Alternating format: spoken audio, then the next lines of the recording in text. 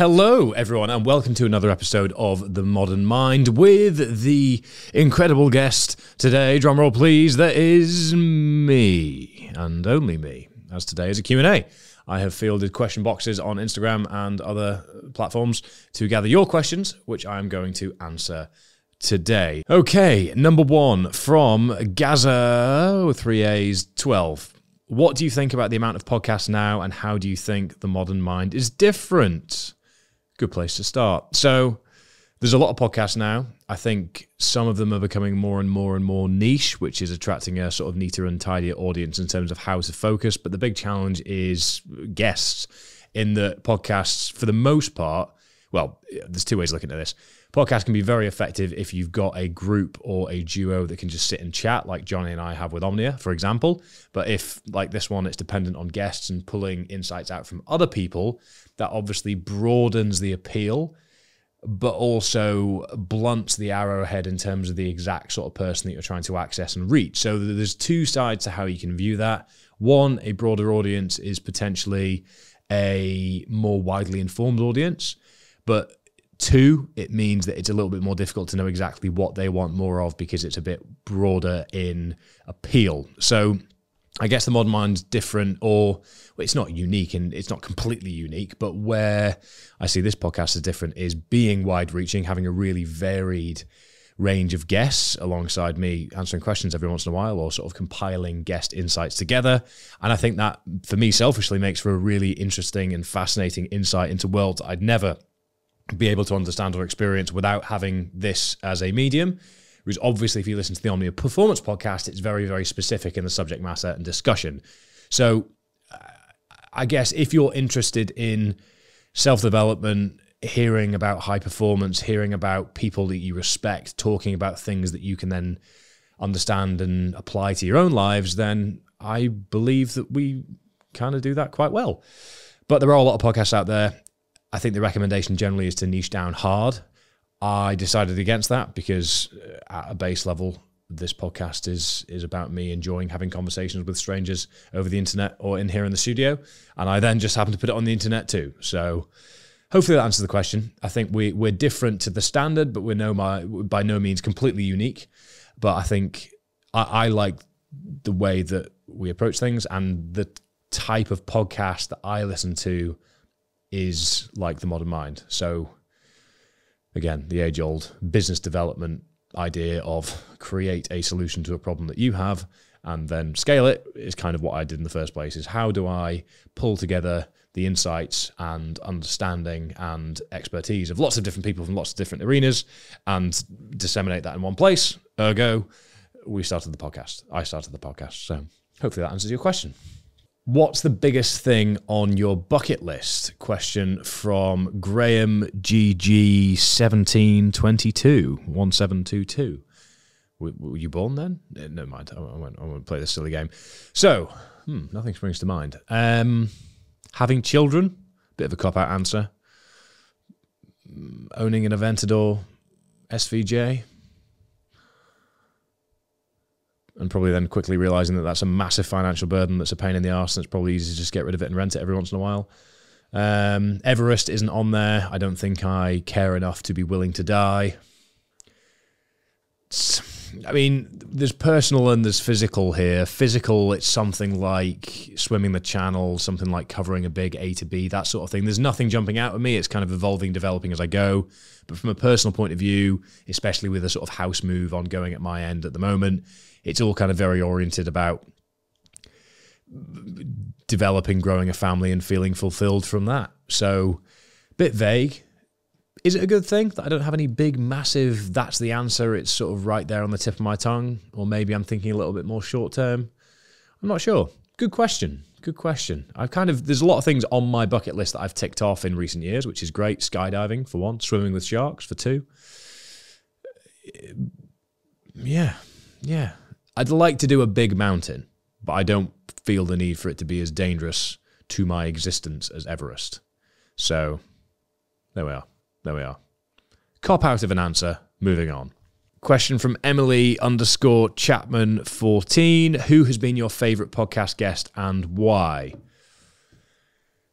This isn't fair, really, because I've enjoyed so many of the podcast guests, but I think, again, I'll look at this from a purely selfish point of view. There's two conversations that really stick out to me that I've had recently that I've benefited from in the conversation and then listening back to it. So I guess they have by default become the most memorable for me. I definitely don't have a favorite podcast guest that I've ever had because they're all so varied and fantastic at what they do. But Lauren Johnson and Dr. Fergus Connolly are two where they've sort of pulled a bit of a thread on my end, and I've learned a lot about myself and had their expertise guide me through a bit of an explorative process, reflective process, which has actually had a very positive impact on me downstream of that.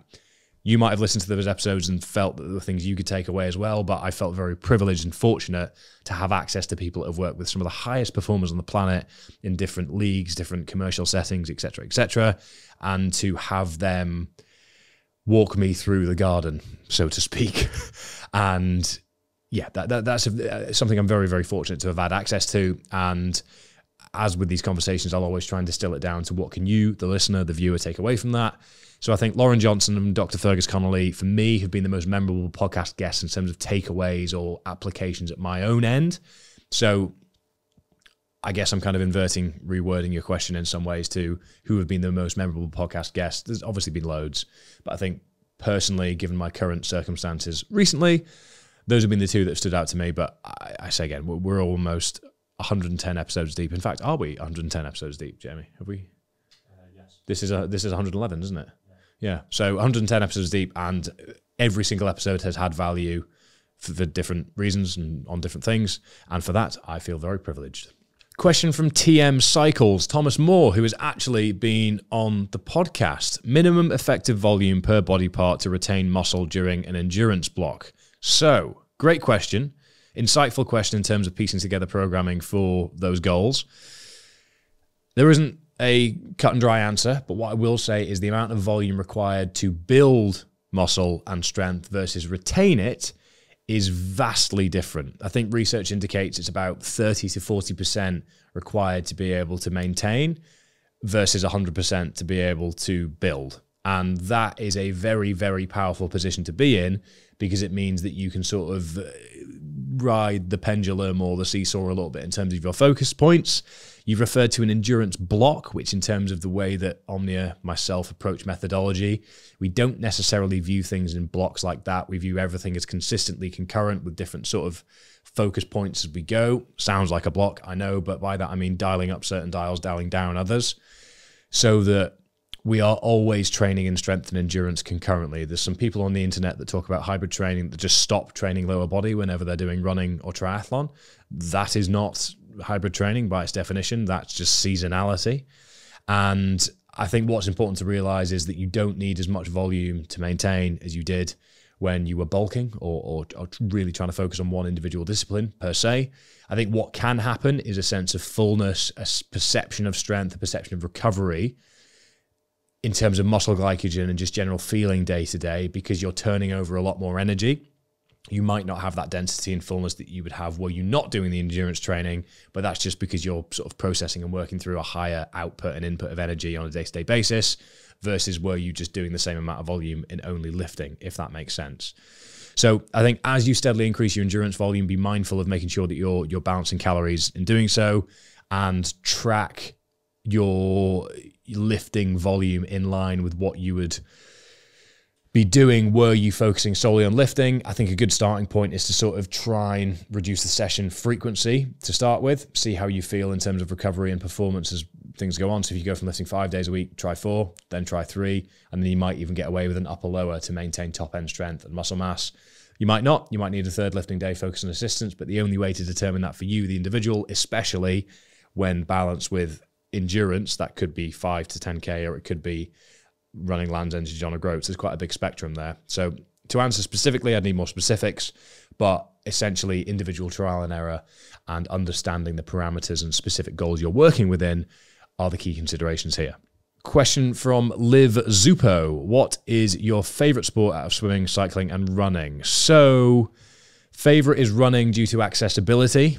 I am really enjoying the fact that I can be anywhere in the world right now. I just need a pair of 2-in-1 shorts, a sports watch, a pair of running trainers, a pair of socks, and a t-shirt and normally a cap as well, and that's me. That's all I need. Cycling comes with a lot more admin. I do very much enjoy it, but when my stress is high, my enjoyment for cycling becomes reduced because I kind of get a little bit despondent with all of the admin around cycling, although I do very much enjoy it when I'm out there on the bike. Swimming, I do enjoy, but I think the pool tile monotony and environmental requirements of open water swimming mean it's the least accessible out of the three, and therefore is probably, if I was to sort of say, gun to your head, what's the order of proceedings that you'd like to maintain these sports in, it would be that. But I enjoy all three. Depends on the time of year, which I enjoy more than others. Depends on the volume, which I enjoy more than others. If you ask me to do a track session versus a turbo session, I'd choose a track session every single day of the week. If you ask me to do a long ride versus a long run, I'd sometimes choose a long ride. If you ask me to do a long open water swim versus a long run, I'd probably choose a long run. But if you told me that I was doing it in, I don't know, Lake Victoria, is that a big lake? Sounds like a big lake. Is that in Canada? It's probably quite beautiful. That'd be nice. But then again, there's lots of variables at play, but I think that is the order that I would view things. But I do enjoy every individual component in and of itself. So it's not like a sort of marry-kill situation. It's a little bit more nuanced than that. Question from Nicholas Mackay 10. Any plans to try Hyrox? No, not really. And that's just because I don't wake up in the morning excited to give it a go. For what reason that is, I can't really quite put my finger on it. I think it's a very strength endurance dominant event. It's pretty much a sort of threshold blast for 60 minutes or so with some strength endurance components worked in. There isn't really a test of strength in any way, in the sense that you're testing maximal output from a strength point of view. The running element, the competitive element, yeah, all things that I could maybe be drawn to, but I'm not particularly competitive in the way that I like to train and exist day to day. I like doing my own thing for the personal growth and development that comes from it, and that competitive environment I've kind of not really been drawn to for many years. So does that mean that I won't ever do one in the future? No. But does it mean that, given the sort of positioning I have to probably give it a good go, I'd want to make sure that I was doing a focused training block to give it a go, knowing that there'd be a lot of people with big egos looking to sort of call me out if I didn't do as well as I hoped? Yes, it means that if I was to do one, I'd want to do a focused training block for it. But right now I don't want to do a focused training block for it, so I've got no real interest. That's not in any way, shape or form to say that I don't think it's valuable. It's just not what's making me tick on a day-to-day basis at the moment. And actually, by definition, it's not nearly as hybrid in terms of the original definition as a lot of people on Instagram Reels are trying to make it seem. That may upset some people, but you are not training conflicting disciplines if you are training for a individual sport in the form of Hyrox. That's a conversation we can develop a little bit more if you'd like me to. Again, does not mean it is inherently in any way bad or lesser. It just means that, for me, it doesn't quite tick the boxes that I'm looking for with the style of training that I get a lot of value from. And I guess maybe I'm quite isolated in my old age these days. Who knows? Who knows? But that competitive drive has been sort of eroded over the years. I like the exploration, self-development, and I guess exposure to myself that comes from single discipline sports. And that's the way that I've been training for many years. That's the way I still enjoy training. So that's where I am currently. Might change in the future. Might not. Who knows? But currently, no plans. Although it is worth mentioning that I have really, really enjoyed working with people on a one-to-one basis to help them through their Hyroxes. We've had podiums, we've had world championship qualifiers and things like that. Johnny's had a lot more than I have, to be fair, with Omnia. But again, it's a process that I really enjoy because Hyrox, in essence, is really quite simple. And it is a great way of executing really solid strength and conditioning across the course of a training week month to be able to equal the output for performance when it comes to race day, which is a great fun from a stimulating my mind, from a programming point of view, consideration. However, I'm not the person being programmed for as it stands. Question from Shaz.q_. How are you feeling at the moment with where you are at now? Training, business, personal, etc. So training, in an okay place. Business is very, very busy at the moment in a positive sense, but there is a very clear batch of work that needs done across both of them, really, to get us to a point where we have a clear direction that we're going in. So there's almost a bit of a consolidation growth phase going on now to then sort of change how we do things a little bit with both Omnia and the Modern Mind, requiring a lot of focus, a lot of attention, a lot of real cognitive finger on the pulse day to day. I'm in the office at 7 pretty much every morning, and I'm home by 8 at the earliest, training sort of before or after that. So it's challenging and testing me. I'll train at lunchtime, train some afternoons as we go, obviously, because I've kind of got the freedom to do that with the situation here. But when I wake up in the morning, my brain is telling me to get to my desk, not to put my running shoes on. And that's something I'm wrestling with a little bit at the moment in terms of priorities. So that's exciting, but it is challenging, and I'm trying to just manage my own day-to-day sleep and things like that to make sure I'm on top of it. But I am excited about this marathon prep. I am carrying a bit of a hip niggle, which means I can't squat, but it does mean that actually having that choice taken away from me due to injuries, probably making my week-to-week running a little bit better because I don't have squat fatigue. Deadlifts, bench press focus, a little bit more of a hypertrophy assistance work training focus, and then all running dominant in many ways. I'm looking forward to getting some long rides in. I'm looking forward to some better weather in the UK. That hasn't really shown up all summer. From a business point of view, I kind of covered that anyway, but yeah, we've got some changes internally. We've got some new people joining us. Lots of things happening, lots of community events. Next one is in London on the 3rd of August. We're in New York on the 10th and the 11th. We're in Denver on the 17th. And then I might be in Bristol on the 31st. And I actually might be in Glasgow on the 20th of July as well for a half marathon with whoever wants to come along. So we're going to be doing a lot of that the rest of the year. Hope to get as many people involved as possible because it's just good fun and is just helping sort of bring together people that are in our world, which is great. Need to do a big round of podcast outreach for the Modern Mind. So if you do have any guest suggestions, please don't hesitate to drop me a DM, YouTube comment, whatever it might be. Would love to hear from you in terms of who you want to hear from. I guess financially, obviously, with all businesses, with growth and everything, we're in that sort of position where we need to manage things carefully, need to manage cash flow carefully, need to use funding and resources sensibly, and there's a lot of constant deliberation on that and just managing runway versus growth and all that sort of stuff, which is stressful. And amidst all of this, I am moving house, which is really what is overwhelming me at the moment because it's quite front of mind, and I have been a little bit complacent with how much I would be able to park house-related considerations, thinking day-to-day to crack on with work tasks, because when there's a phone call from a property consultant or estate agent or solicitor on this or that or this, it kind of has a habit of railroading me, us, everyone. I don't know. Obviously, I'm speaking from my own experience here, but that's kind of got in the way of day-to-day focus a little bit, which I'm finding a bit frustrating, which is then causing a bit of a spiral of trying to play catch-up and struggling with workload because my head's a little bit between two things.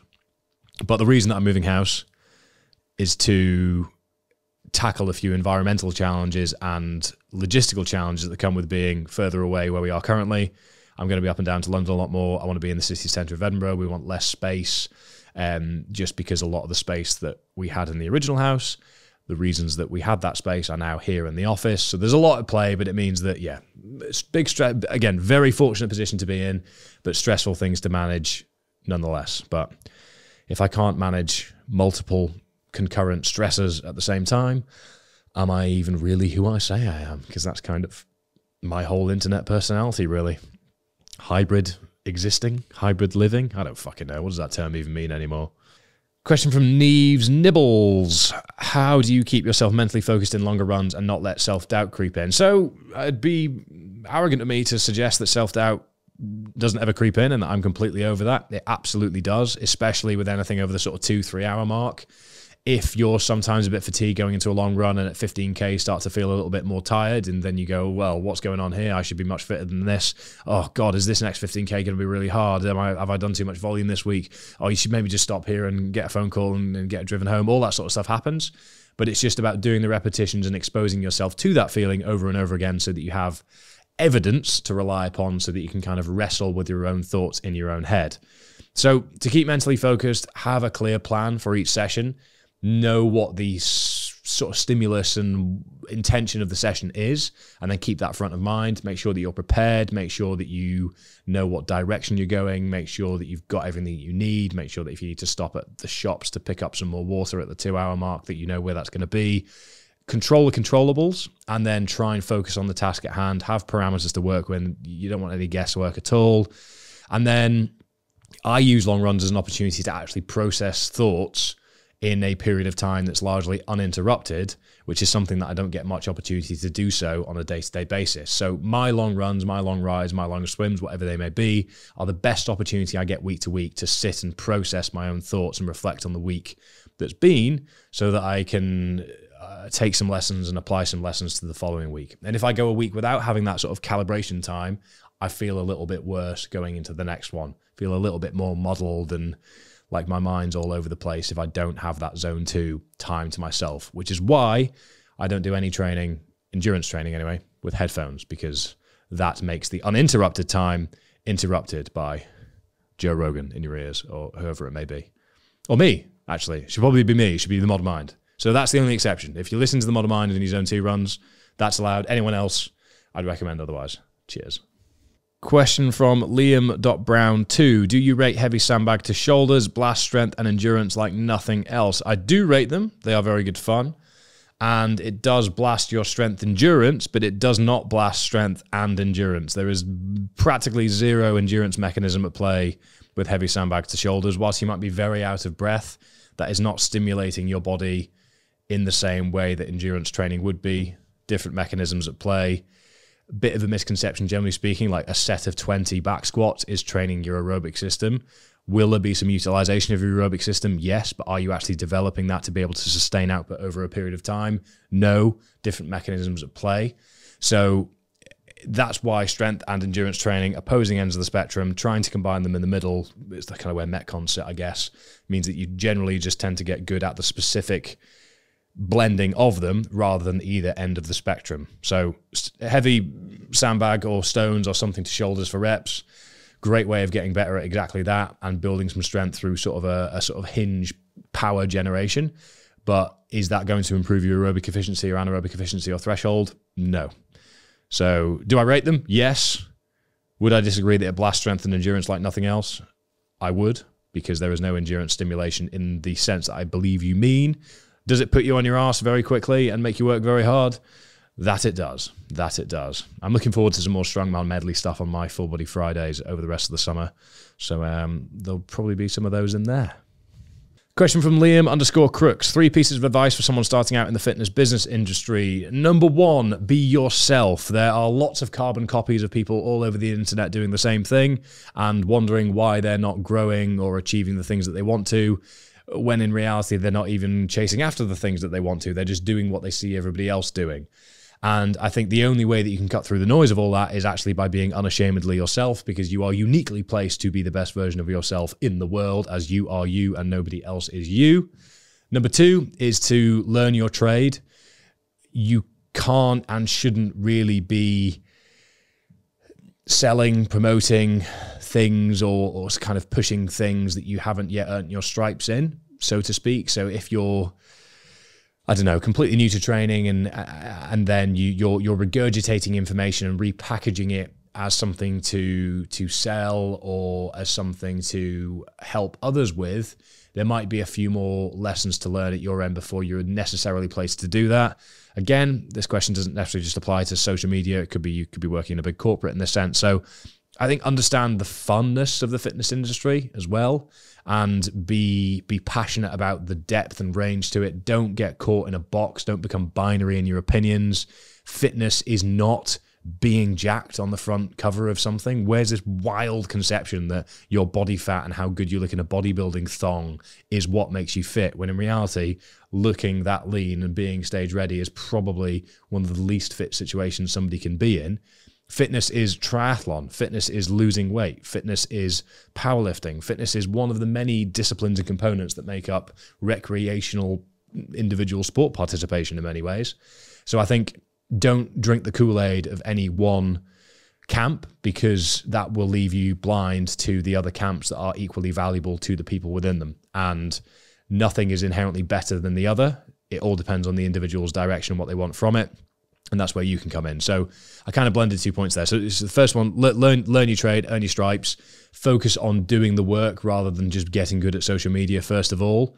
and do that whilst being yourself. I think that's something Mark Beaumont said on this podcast as well, is that he has a lot of people come to him talking about these mad big expeditions they plan to do, and they're very good at raising money, they're very good at raising awareness, they're very good at building a social media platform, whatever it might be, but they haven't done the work required to warrant the level of the thing they're going to be committing to.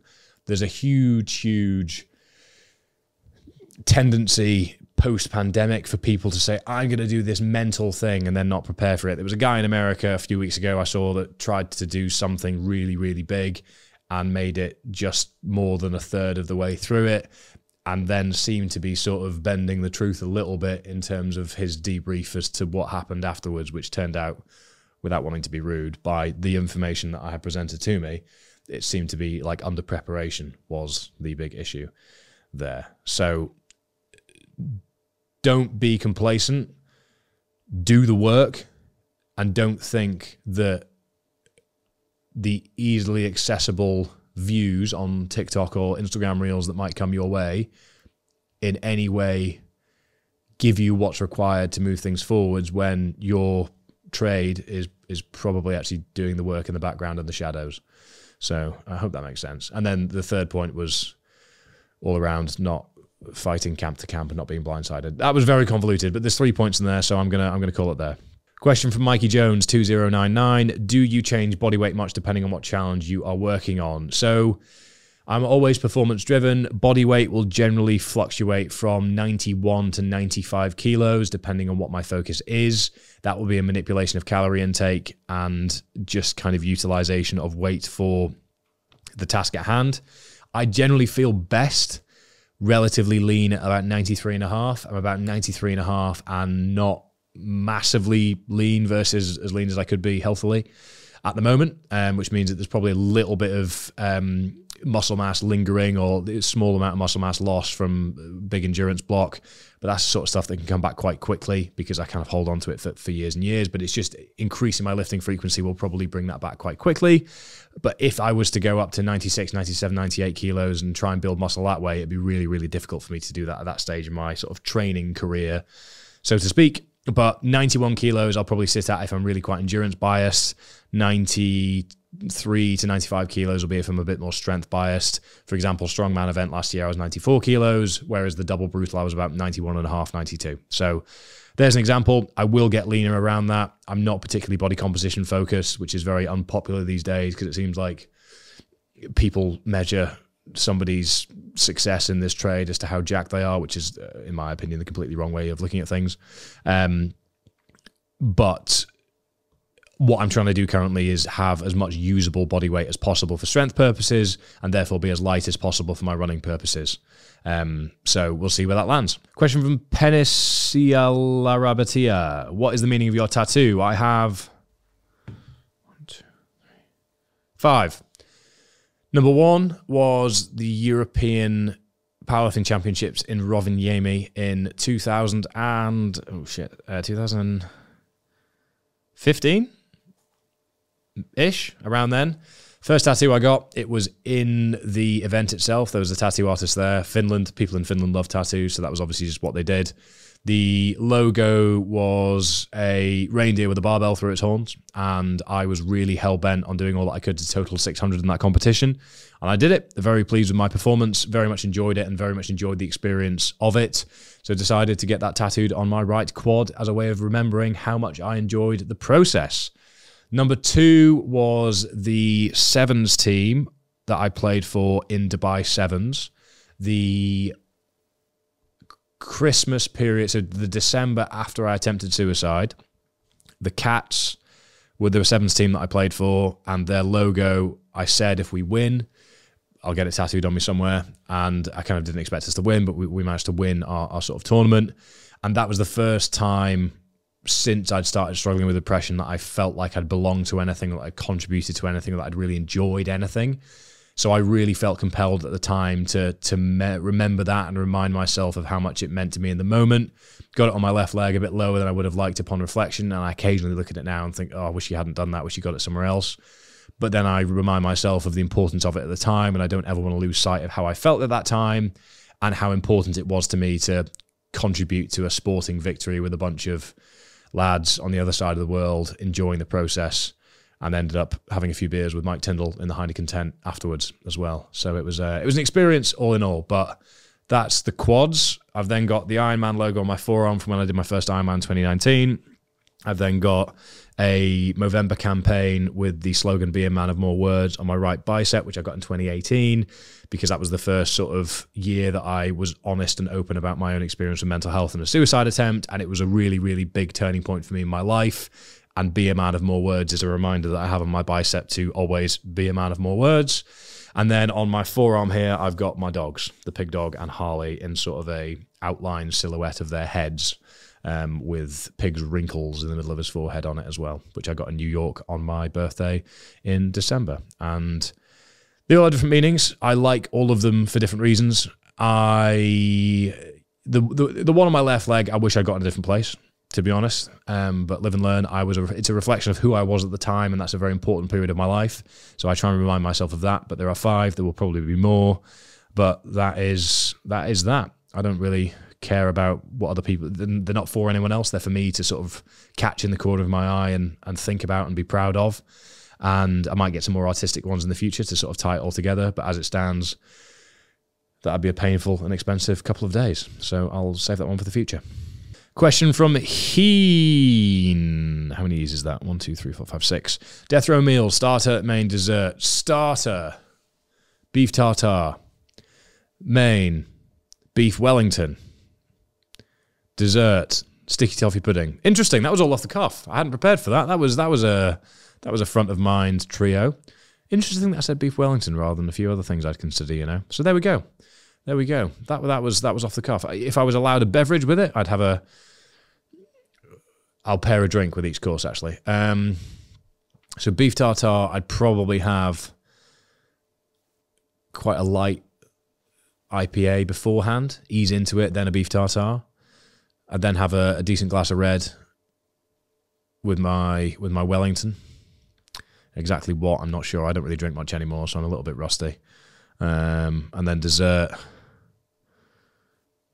I'd just drink the sticky toffee sauce. I'd maybe ask for a little espresso cup of some extra on the side. So there we are, death row meal. If anyone knows of any prisons that would serve those things for me as I was about to be killed, then I'll maybe change my view on my risk tolerance to crime, as that would be a nice way to go. Question from Heidi.murphyx. Oh, X, Heidi.murphyx. Do you suffer from any body confidence issues? I have in the past, and that was a big sort of reason that I got into fitness in the first place. I went from about 100 kilos down to 76, where I was kind of unhealthily lean and got quite small. And then tore my calf and then sort of worked back up to peak powerlifting chunk at about 104 kilos. In 2017 was when I was at my heaviest and most muscular, I would say. I think, as I've said, performance is my main driving factor, but there are some events that I've been training for where I've looked at myself in the mirror and it doesn't feel like the standard that I'd like to set for myself, but that's only based on how I believe to be perceived within the context of the industry in which I operate and other people's standards, not my own, because I have total faith in the performance metrics and goals that I set for myself. And whenever I find myself questioning body shape on it, it is for how other people would look at me, not for what actually is intrinsically desirable for me as an individual. So that's kind of a weird thing for me to process every once in a while, but it's very rare that I'll find myself in that position. It's kind of at the end of a big, long... I mean, at the end of the 250, I was just soft and sort of weak looking and kind of a bit higher body fat and just not necessarily the sort of muscular, hard worked for muscularity that I'd perceive myself as, or other people might expect me to look like, which makes me think about things a little bit differently. So is it an ongoing consideration for me? Not really, but I do occasionally catch myself having these moments of, oh, interesting that you feel that way.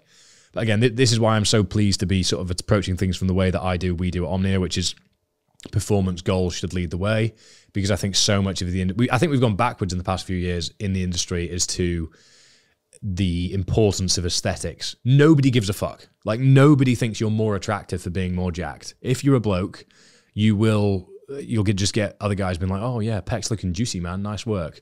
Maybe if you're in a gym dating scene and you've got some jacked girl and some jacked guy that are trying to get together, that might work. But for the most part, if you're doing things to please other people, you will probably make yourself miserable. You might be able to convince yourself you're doing it for different reasons for a long time, and then that will fall apart. But yeah, like buying a supercar, it doesn't get you the attention that you thought it might. It will just get you attention from other people like you, which could, I mean, in my own situation, that would just be gym bros. Like, I've seen memes like expectation, Porsche 911, girls like, wow, he's so attractive. Oh, wow, we should get married. And it's just, nice 992, bro. And lots of gym bros crowded around the car. That's kind of the same thing. So, yeah, I think the industry gets it massively wrong in terms of how it pedestalizes aesthetics. And there's a lot of people that look really good that aren't particularly strong or aren't particularly effective. And again, I think the whole world around functional fitness leaves out a few core components of fitness with aerobic capacity and things like that. I'm not saying that we get it right by any means. There's obviously boxes that we won't tick for other people, but I do think that the body confidence is making a bit of a, well, the perception of bodies and the relationship that they have to fitness is making a bit of a negative decline in terms of fitness media, again, as of recent. What's been the shift in that? I don't know. But yeah, from a personal point of view, I will occasionally catch myself wanting to be more jacked for the sake of playing more into the industry in which I operate. But from a personal point of view, if I am confident that my body shape has utility for the task at hand, then I have total faith in the way that I look. And I'm pleased with the way that I look, or the way that I'm built at the time, if that makes sense. Question from Scott_McGowan. What do you find more rewarding to accomplish, endurance or strength challenges? Good question. You know what? I find strength challenges more rewarding because it's more momentary. It's more fast. It's more observable because it happens quickly. Like the Dinny Stones. Can you pick them up or not? Okay, give it all that you've got. You pick them up. Well done. Great. Woo, excitement, everything. It's all happened quickly. The 250K. I had the best part of 50 hours to think about what getting to the end was going to be like, which meant getting to the end was just a relief rather than any sense of reward. Does that mean that I couldn't then reflect on the reward and the process afterwards and think about it? But in terms of momentary, like, yes, I'm so pleased, I'm so proud of myself, shifting a weight that you've never shifted before or moving something that you've never moved before, I find very, very rewarding. But that's a very intense reward, which means it's much more destination focused than it is process, whereas I think the value of endurance training goals is much more process driven than it is outcome driven. But this is exactly why I'm a huge fan of both, because it gives me exposure to both ends of the spectrum, and that's why I am massively biased and think that we should all try and operate at both ends of the spectrum if our main training goal is for happiness, self-development, exposure to things, enjoyment, and skill acquisition. So yeah, that's that. Okay, final question from Ziliot here. Where do you see yourself, the channel, and Omnia being in 10 years? Good question. Myself, apparently on death row eating beef tartare, beef Wellington, and sticky toffee pudding. But no, all jokes aside, I see myself being split. Okay, let's be really idealistic here. I see myself being split between Edinburgh, London, and Mallorca, with a family where freedom of time and choice is quite high on the priority list from a personal point of view. I see the channel being a little bit more lifestyle oriented rather than me doing mental stuff all the time, because there's only so many years that I can do that. But I would like to be more transparent about business operations in the background, growth challenges, sort of the directions and decision-making things are going, and more importantly, the background of what we want to be achieving with Omnia to move other people forwards rather than just myself. And from an Omnia point of view, I would love to have, okay, let's choose a number here, 25,000 active athletes all over the world that are training in strength and endurance disciplines concurrently to make themselves better versions of who they are. If that makes them better fathers, if that makes them better mothers, if that makes them better chief execs, if that makes them better graduate scheme employees, if that makes them better students, I don't care, whatever it is. I think there are a lot of people that would get a lot of value from doing more things, and if we can help facilitate that, then that would be amazing, because I've had a negative experience of my own well-being in the past. I have found the value in strength and endurance training to be immeasurable, and it's made me much, much better, which has translated into business development growth, personal development and growth, relationship development and growth, and a whole load of other things. But we shouldn't need to suffer through a difficult set of circumstances to realize what to do next. I think if we willingly work towards them on our own terms day to day, they'll reveal themselves a little bit more regularly for us to then take action on. So I think more of the same, but I honestly don't want to keep basing the year around what big mad thing is Fergus doing this year. I'd much more rather create events and experiences and facilitate other people going on their own journey. And if I can find a way to be involved in that so that I can see what that journey is like, that'll be very gratifying for me personally. But we're doing a lot of work currently to make Omnia more scalable, reduce a lot of the friction that we have from a customer service point of view, from a software point of view. There's a whole load going on, and that's going to really help us understand what the future could look like. The Modern Mind, I want to do a lot more stuff with schools, more regular stuff with corporates. I want to sort of develop that contractor network so that I can be facilitating more of an impact in organizations that need an impact on a more regular basis, whereas it's all quite passive for me at the moment because the focus is very much Omnia. And yeah, from a family point of view, I'd like children. I'd like to continue to explore the world and life with Erin. We're moving house currently. That's a very exciting turning point. I think the house that we are offering on today, third one that we've offered on, or will be offering on. And I could see us maybe being in that in 10 years. But if everything goes to the plan in terms of forecasting and sort of finances of things and the way that we look at stuff, in theory, within 5-6 years, we might be in the position where we could decide to live somewhere else, have a farm in the middle of nowhere that we build a bloody running track at, whatever the hell idea I get up next. That's it. Ultimately, I'm driven by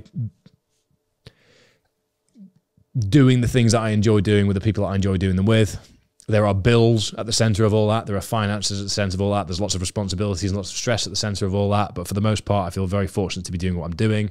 So I'd like to do more of that. But most importantly, I would like to start moving towards creating or facilitating things that help other people have access to the things that I've been fortunate enough to experience that have massively helped me personally.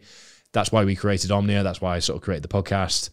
And yeah, we're doing a lot of work on a regular basis to try and make all that stuff more accessible at scale, but more importantly, to be entirely practical, to sort of make it less dependent on me, because from a purely practical business sense, that if the business is reliant on me, then it's not a reliable business. And it's kind of not completely reliant on me by no means at all, but in terms of the sort of the face of the brand and all that sort of stuff, that's something that we want to move away from over time. That will take time, but I think for me, it's very difficult for me to switch off. And when stress is high, like at the moment with house stuff, I feel very, very overwhelmed quite quickly, which means I can be a little bit more erratic day to day. Really need to make sure I'm on top of sleep, otherwise I can have a really bad day, etc., etc. So just tackling a lot of these business challenges, a lot of these growth challenges now, so that freedom of time, freedom of choice, freedom of family, I guess, to throw a third freedom in there, is high on the priority list, but to make sure that we can continue to facilitate growth and development for other people along the way. And if I was to attach metrics to that, I'd love to have, 25,000 or more with Omnia. We've had 7,000 athletes that we've worked with already at this point. So whether that's active or total, I don't know. We'll keep it vague for the time being. The YouTube channel, I'll keep doing what I'm doing, keep adding value as I go. I'm not massively driven by metrics there as much as I am just sort of continually showing up. So the channel will be what the channel will be. And then myself, I've probably covered that one off. So there we are. Thank you very much for listening. I hope that has been insightful into what's happening at our end at the moment, what's happening at my end. If you do have any questions, don't hesitate to reach out, but preferably go and comment them on the YouTube video on this. And please do comment any guest suggestions that you've got as well, because it'd be great to get a really good round of outreach out to get some fantastic guests on the show. That has been a Q&A. I hope you've enjoyed it. Thank you very much for listening, and I will speak to you next time.